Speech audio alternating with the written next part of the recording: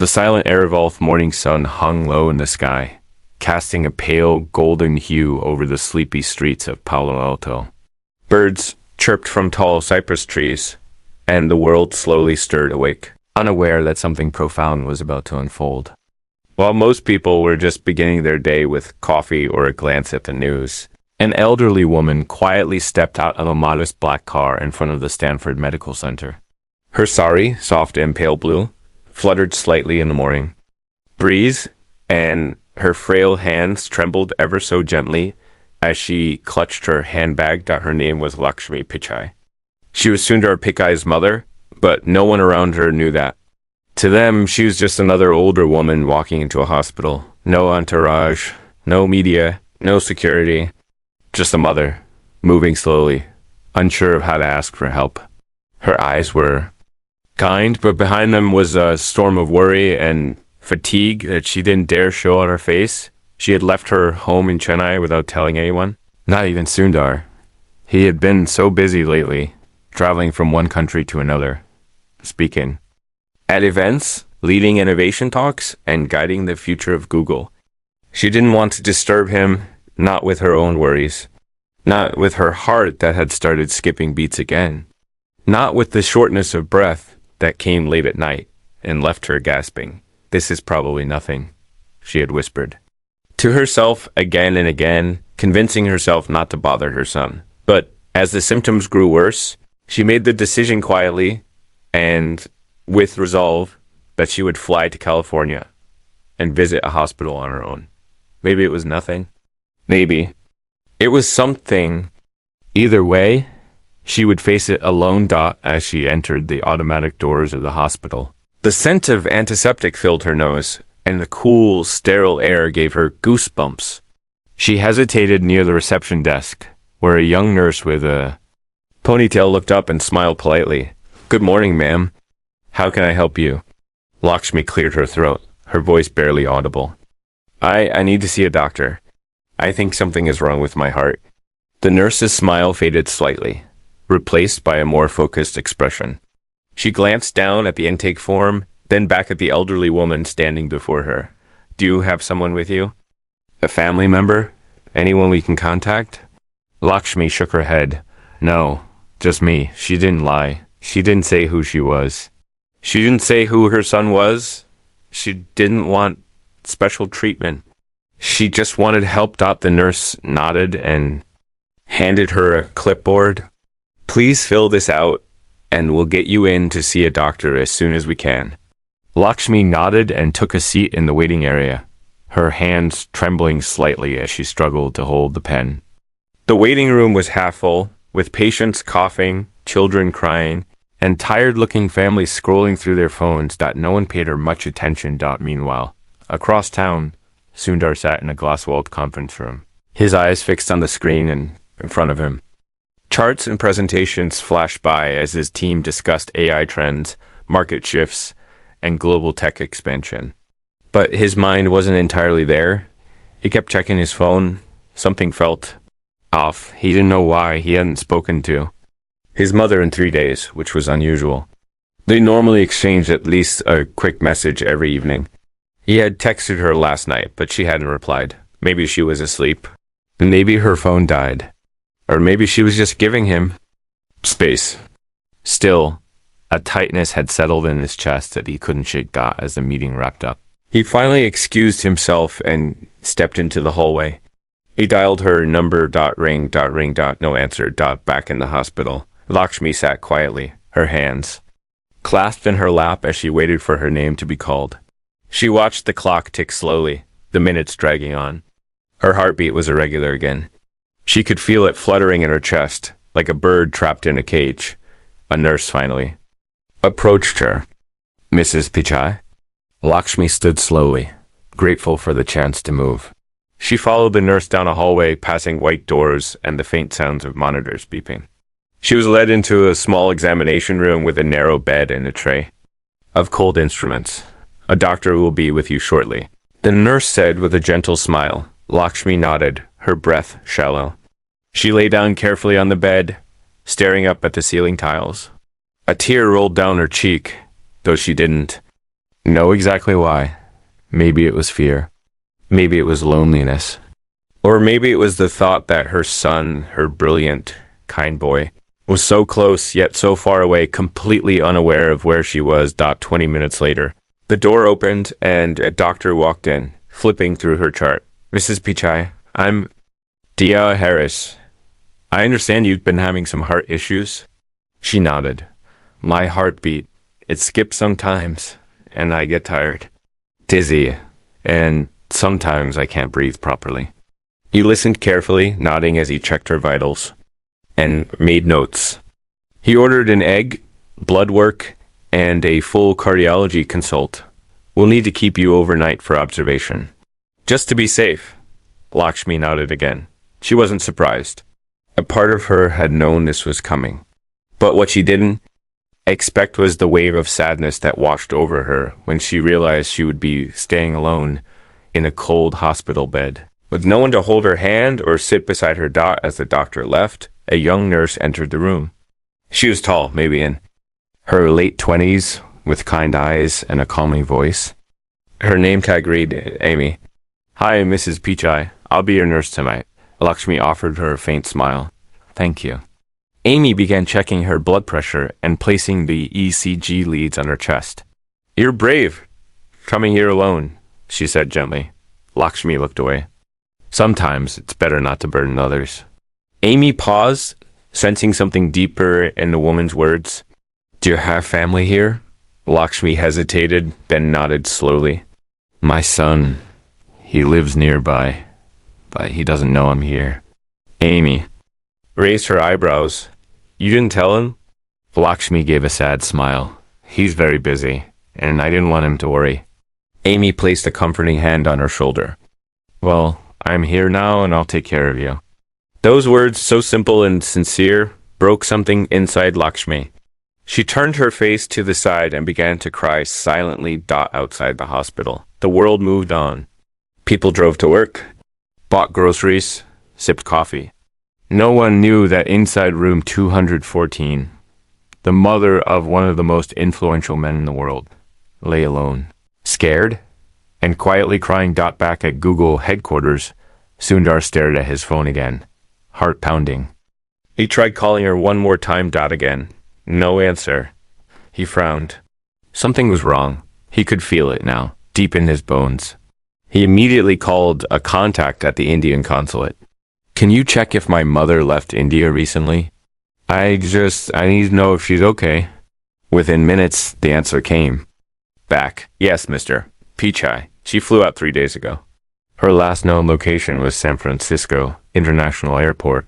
Sundar froze. His mother was in California. Why hadn't she told him? His mind raced. He called her number again.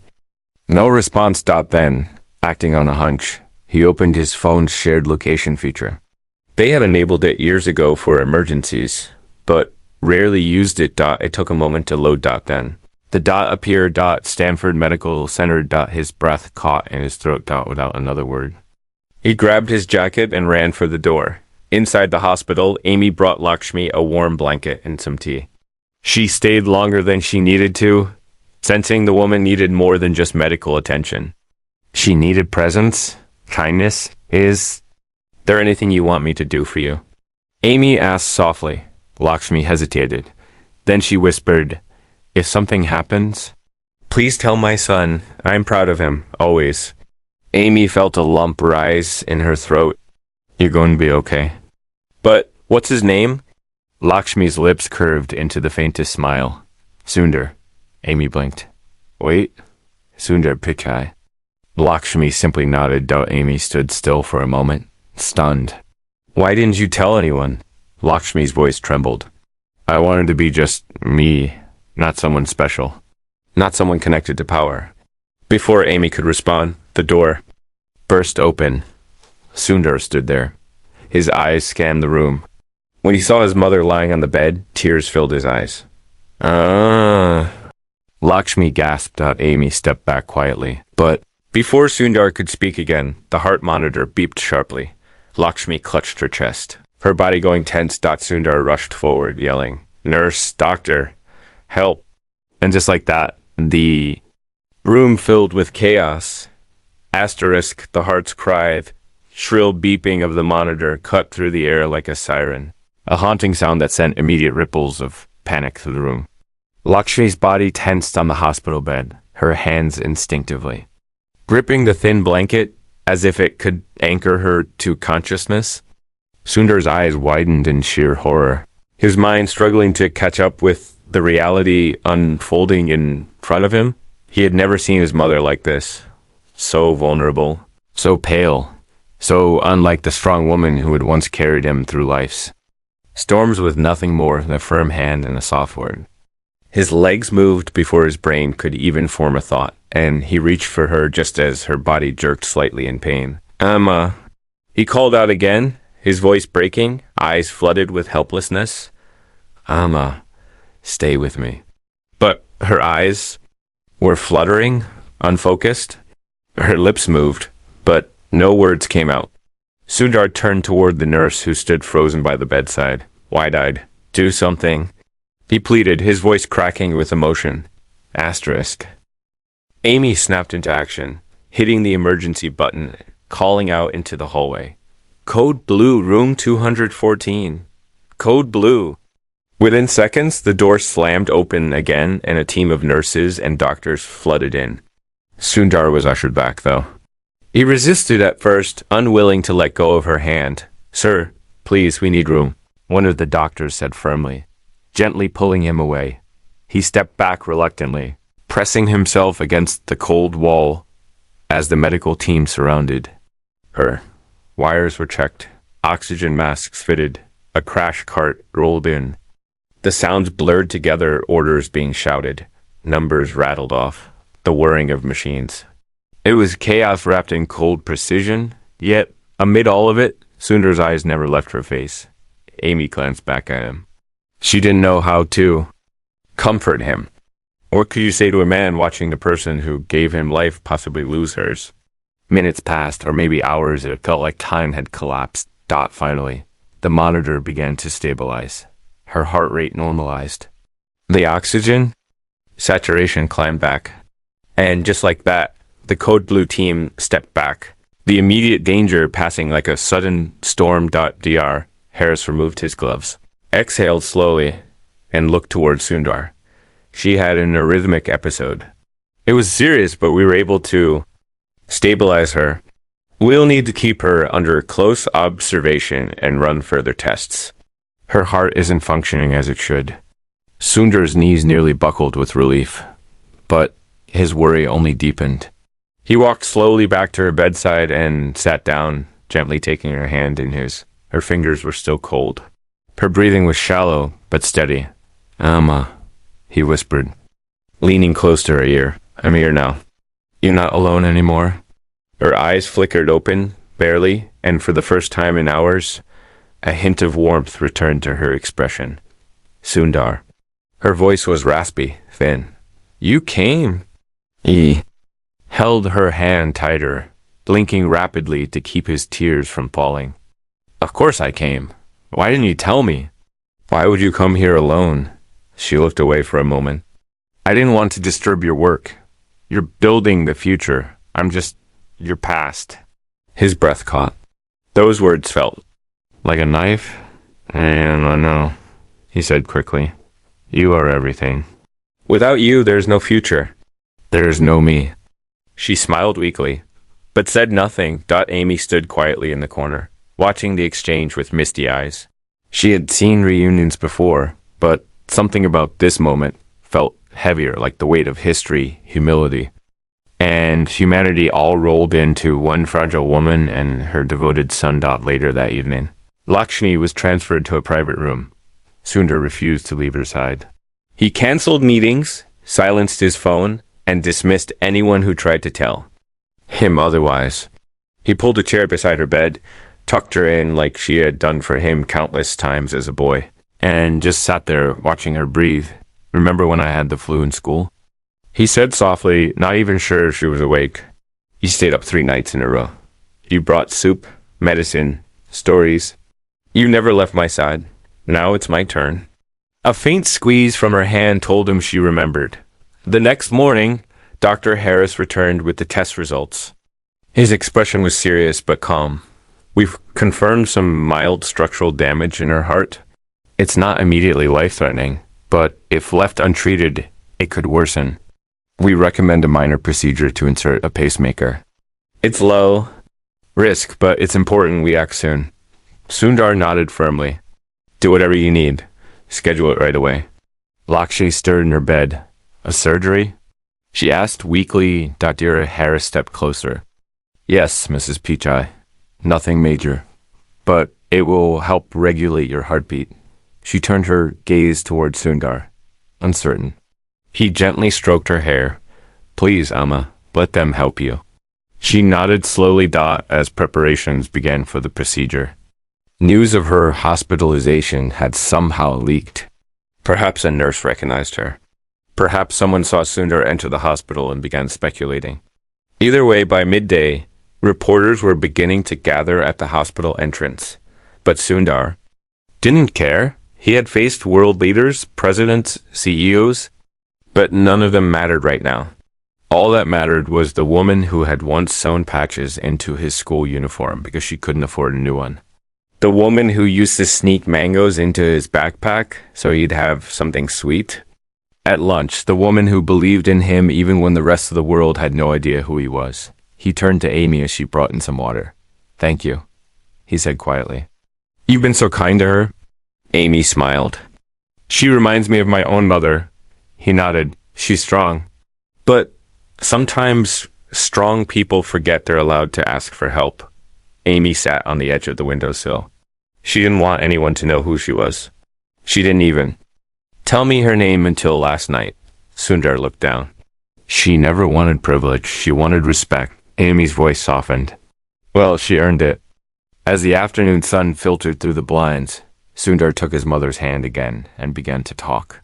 He told her about his recent trip to Japan, how a little girl had asked him how smartphones could get even smarter. He shared stories of his meetings, his ideas, his fears. It was the first time in years he had spoken this much without a script, without media pressure, without thinking about metrics. And Lakshmi listened. At one point, she smiled and said, I remember when you built a radio from spare wires. Your father was furious you took apart the blender. They both laughed, but then the laughter faded, and her expression turned serious. Sundar, promise me something.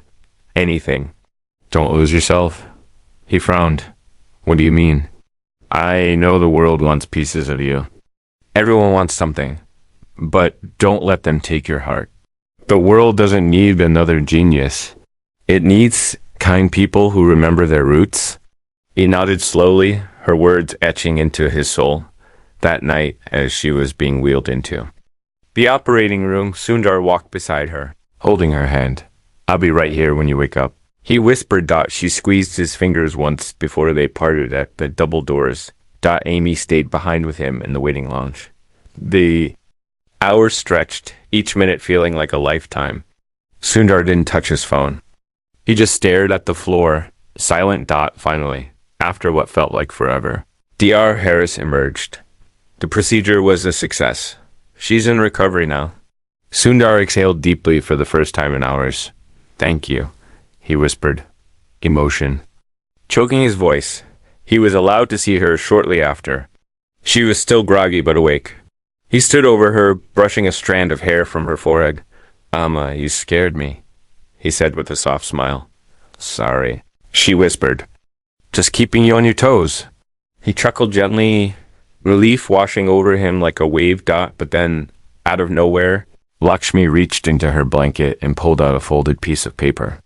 She handed it to him with trembling fingers. What's this? He asked, puzzled. I wrote it on the plane. Just in case. He opened it slowly. It was a letter. Handwritten. Filled with words he didn't expect. Secret. A name. And a truth about his childhood that shattered everything he thought he knew. His hands trembled. He looked at his mother. Is this true? He asked, voice cracking. She nodded. I'm sorry I didn't tell you sooner. And just like that, the calm turned into a storm. Asterisk, the secret she carried Sundar stared at the letter, his hands still trembling, the words blurring as his eyes filled with disbelief. The hospital room, once filled with the quiet hum of machines and the soft rhythm of his mother's breathing, now felt like a hollow echo chamber. His heart pounded, not from fear, but from the weight of a truth that had been buried for decades. He glanced back at Lakshmi, who lay there so still, so fragile, yet somehow holding the strength of 1,000 storms in her eyes. Her expression was not one of fear or shame. It was quiet, calm, and full of acceptance. Like she had been waiting for this moment all along. "This can't be real," Sundar finally whispered. Lakshmi nodded faintly. "It is. I wanted to tell you so many times, but you were always soaring, and I didn't want to ground you with the past." He looked back at the letter, rereading the words. "You have an older brother. I gave birth to him when I was just 17. His name is Arun. I had no choice but to give him up." Sundar's throat tightened. "Why didn't you ever tell me about him?"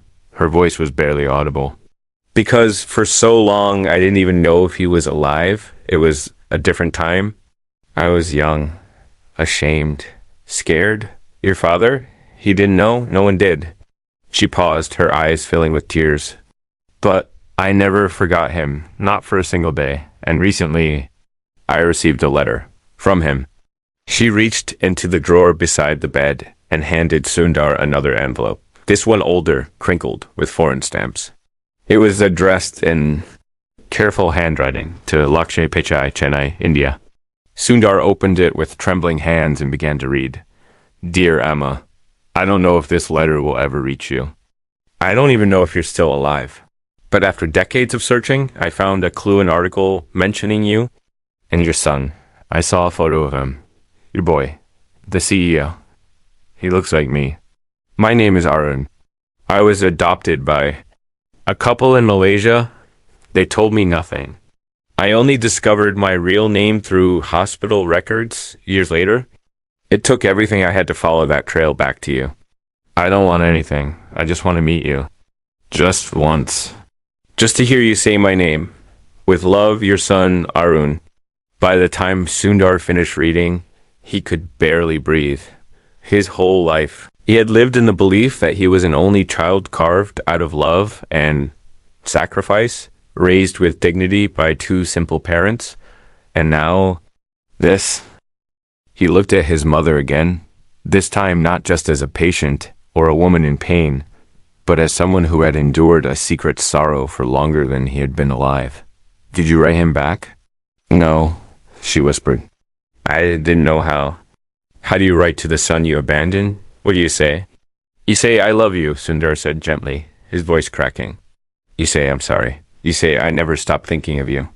Her eyes glistened and she reached for his hand. "Do you hate me?" He shook his head immediately. "No, Emma, never. I wish you hadn't carried this alone." They sat in silence for a long time, the weight of unspoken years pressing between them. Outside the hospital window, the world seemed unchanged cars. Clouds moved slowly, but for Sundar, everything had shifted. A brother, a name, a past. He never knew he shared Dot later that night, after Lakshmi had fallen into a medicated sleep. Sundar sat alone in the hospital's garden courtyard. The moon was high above, casting pale silver light on the trimmed hedges and empty benches. He clutched the letter from Arun, reading it over and over. He imagined what his brother looked like, what kind of life he had lived, what dreams he had chased, what pain he had endured, knowing he had been left behind Dot and more than anything. He wondered if Arun hated them. When Sundar returned to the room, he sat beside his mother and quietly opened his laptop. He began searching, name by name, clue by clue, every detail from the letter. Finally, he found something, an old university blog with a comment under a photo. Harun N, class of 1988, adopted from Malaysia, now lives in Bangkok. Bangkok, that was something. He kept digging public records, profiles. Finally, he landed on a website for a small bookstore in Bangkok's old quarter. The owner's name? Arunarayanan Sundar stared at the name for a long time before he picked up the hospital phone and dialed the number listed on the site. It rang. Then, hello? A deep voice, warm, cautious. Hello? Sundar said, heart pounding. I'm looking for Arunarayanan. Speaking. My name is Sundar. Silence. Then. After a beat, pichai? Yes. The pause on the other end felt like a chasm. Then came a shaky breath. I didn't think. I never thought you'd call. Sundar swallowed hard. I read your letter. To Alma, a longer pause now. Then a voice softer than before. Is she okay? She's recovering, but she wants to meet you. And so do I. Another silence. This time, it wasn't heavy. It was full of possibility. I'll come, Arun said finally. Tell me when. Sundar glanced at the hospital bed, at his mother sleeping peacefully for the first time in days. As soon as you can. 3 days later, a man stepped out of the arrivals terminal at San Francisco International Airport. He was tall, with salt and pepper hair and eyes that looked like they'd seen too much and too little at the same time. He was holding a single bag and a small envelope in his hand. Inside was a photo of a woman in a sari, holding a baby boy torn, faded, but kept all these years. RUN stood there for a moment, taking in the American air. It felt like the beginning of something, though he didn't yet know what. Outside, Sundar waited by a black car. When he saw the man walk out, their eyes met and both froze. They didn't need introductions. They just knew. It was the kind of recognition that came not from memory, but from blood. They walked toward each other slowly, uncertain, as if any wrong move would shatter the fragile moment. Then, no, without a word, Sundar reached out and hugged him. Arun hesitated only a second before he returned the embrace. And in that single hug, 1,000 unanswered questions began to find their voice. She's waiting for you, Sundar said quietly. As they pulled apart, Arun nodded, his eyes already misted. I've waited a lifetime for this. Back at the hospital, Amy was helping Lakshmi sit up in bed. Her strength was returning, little by little, but her heart still ached, not physically, but emotionally. She knew what was coming. She didn't know how she would face it. But when the door opened and she saw him standing there, her hands flew to her mouth. He looked just like her, just like she remembered. Older. Now, stronger, but still carrying the same eyes she had held in her for only a few minutes before they took him away. Arun. She whispered, breathless. He stepped forward, tears falling freely. Amma. The word spoken for the first time hit her like lightning. She began to cry, sobbing in a way she hadn't in years. He reached her bedside and fell to his knees, wrapping his arms around her. I'm so sorry, she whispered over and over. Again, I'm so sorry. You don't have to be, he said, voice cracking. You gave me life. Sundar stood behind them, watching the two people who had never stopped loving each other, even through silence and distance. He didn't cry. He didn't speak. He simply stood there, hand over his mouth, letting the moment bloom. Amy, standing in the corner, wiped her own tears away. This wasn't just a reunion. This was healing. This was forgiveness. This was something sacred. As the sun began to set outside the hospital room, casting golden rays across the white sheets and silver rails, Sundar walked over and placed his hands on both of their shoulders. We're together now, he said softly. Finally. But just as the room settled into peace, a nurse entered, her face tense. Mr. Pichai, I think you need to see this. She handed him a tablet. On the screen was a live newsfeed. And Sundar's heart dropped. A leaked hospital report. A photo of Lakshmi in the hospital. Arun's name mentioned. Wild speculation about hidden family secrets. The media had gotten hold of everything. Outside. The hospital was already swarming with cameras, or it was meant to be a moment of quiet. Healing was about to become a public storm. Sundar looked at his mother. And for the first time, since she had entered the hospital, he saw fear in her eyes. Storm at the gate, the hallway outside Lakshmi's hospital room, once quiet and sterile, had become a funnel of chaos. Nurses spoke in hushed tones. Doctors walked briskly with furrowed brows, and security personnel buzzed in and out with radios clipped tightly to their waists. What had begun as a deeply private and emotional reunion was now at the brink of collapsing, under public scrutiny. The news cycle had sunk its teeth into the story Sundar Pichai's mother hospitalized in silence. A hidden brother emerging after decades, and a family secret that now threatened to become dinner table conversation in homes across the world. Sundar stood near the window, a tablet still glowing in his hand. Headline after headline scrolled by like wildfire. Sundar Pichai's long-lost brother. Secret family discovered in hospital drama. CEO's mother suffers heart scare, mystery son appears at bedside. Emotional reunion or media stunt? Internet erupts over Pichai family saga. He felt his stomach turn, not for himself, but for his mother. For Arun, for the delicate, newly forged bond that now stood in danger of being shattered by camera lenses and speculation.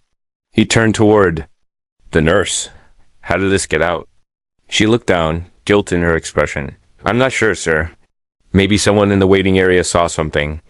Maybe a staff member leaked it, but the lobby is full of reporters now. They're trying to get to this floor. Sundar's jaw tightened. For all the influence and reach he had, this moment was something he couldn't code his way out of, couldn't innovate past. It was raw, human, and deeply vulnerable. He walked over to his mother's bedside, where Lakshmi sat upright, her fingers nervously intertwined, her eyes fixed on the door. She had heard everything. I didn't mean for any of this, she said, softly, voice quivering.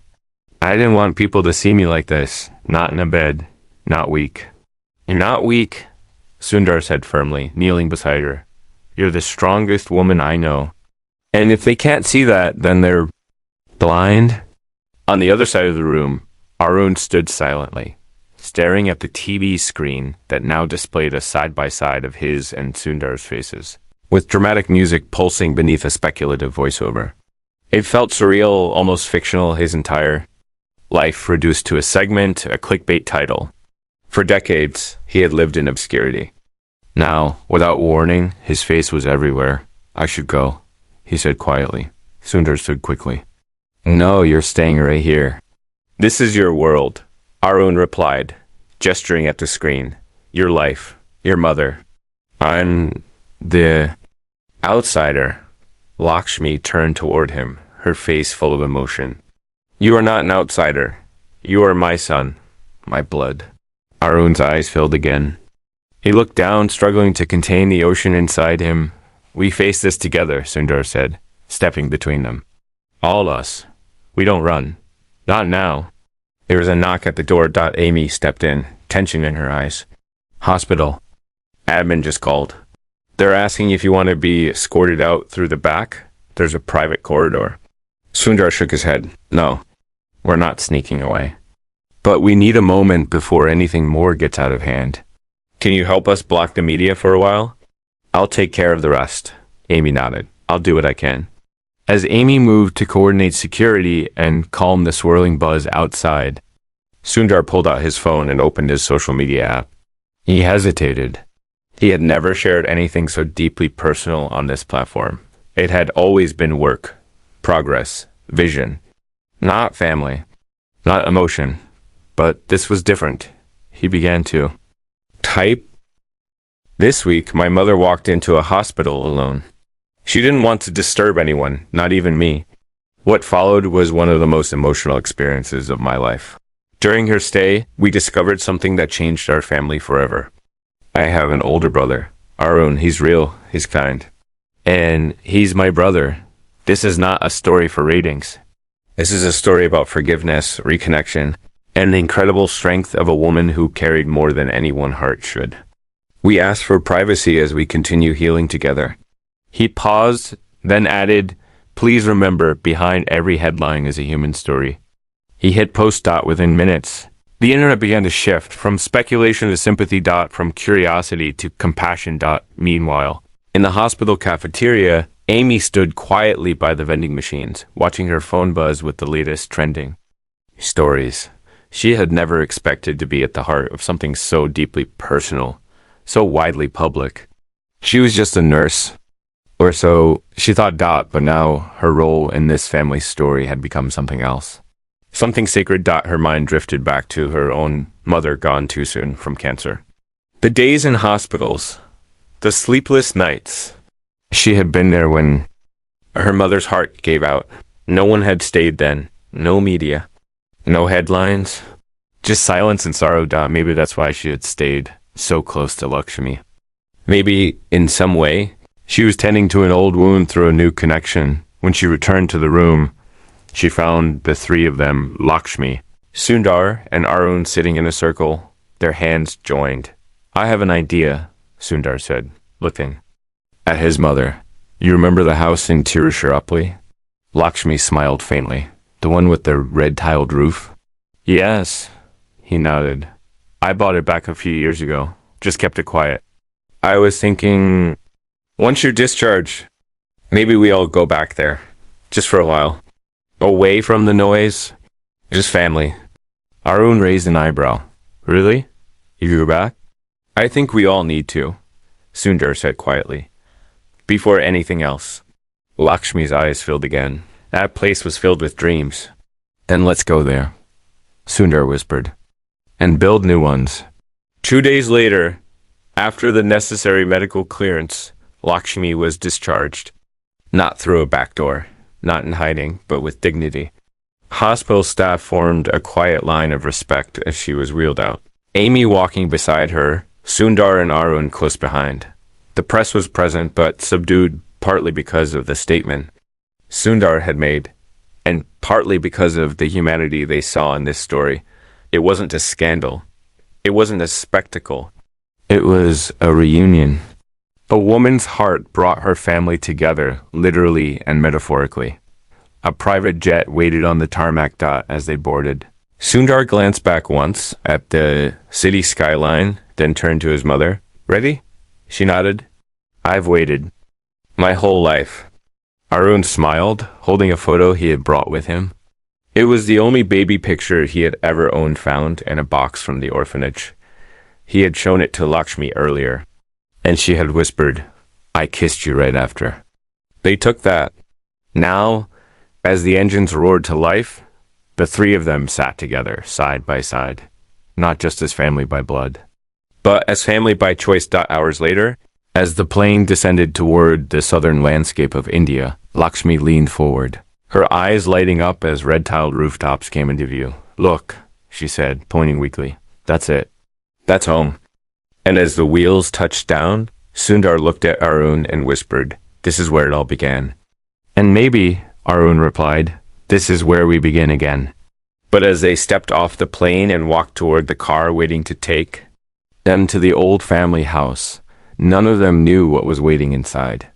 Because inside that house was another letter, one left behind by Sundar's father, and what it said would change everything all over again.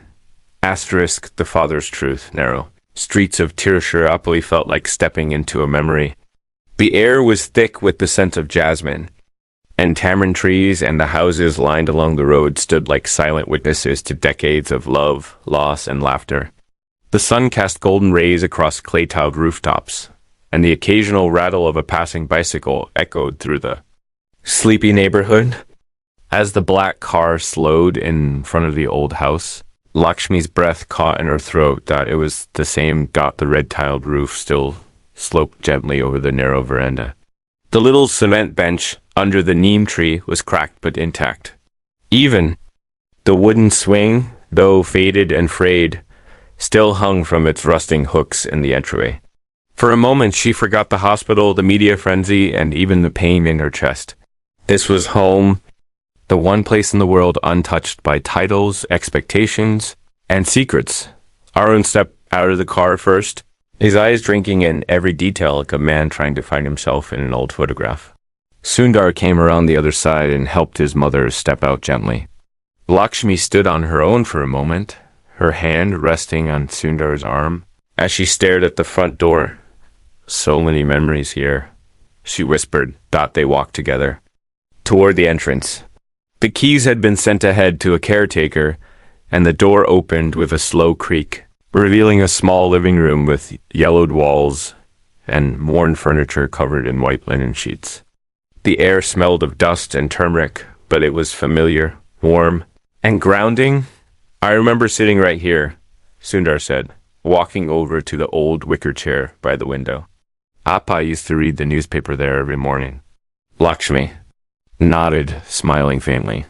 He used to grumble if anyone touched it before him.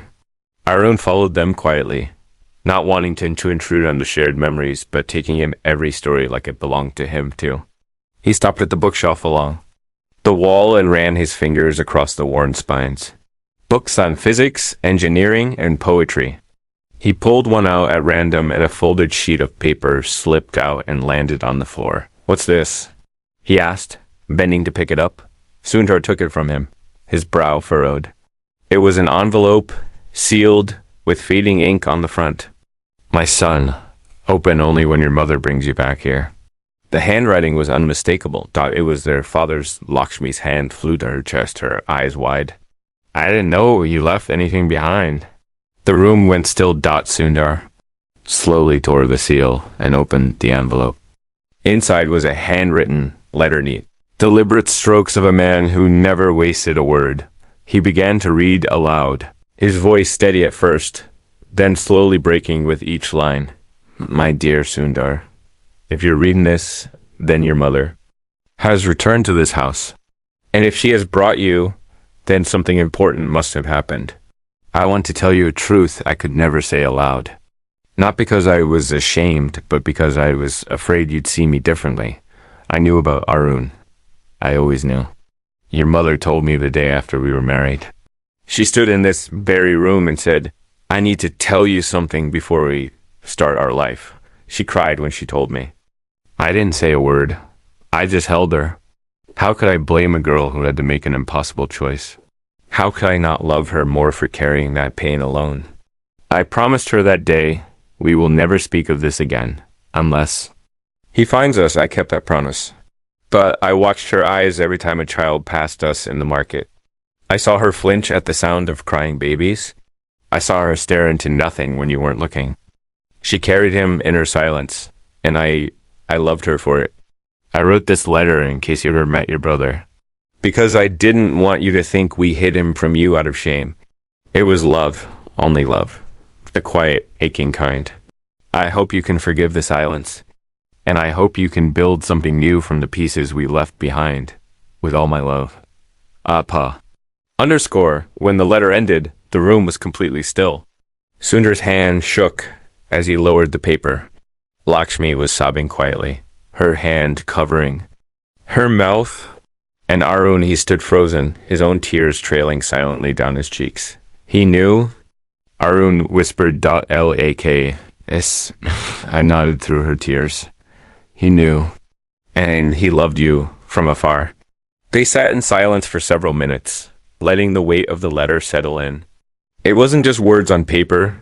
It was a bridge between what was lost and what could still be found. He never treated you differently, Lakshmi said to Sundar.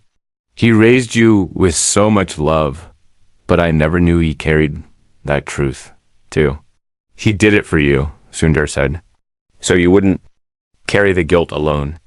Arun walked over to the window and looked out at their courtyard. He didn't say anything for a long while. Then, finally, he turned back to them. I don't want to be a disruption, he said softly. I don't want to be a headline.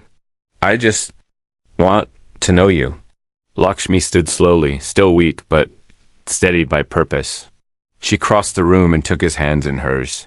You are not a disruption. You are part of me. Of us.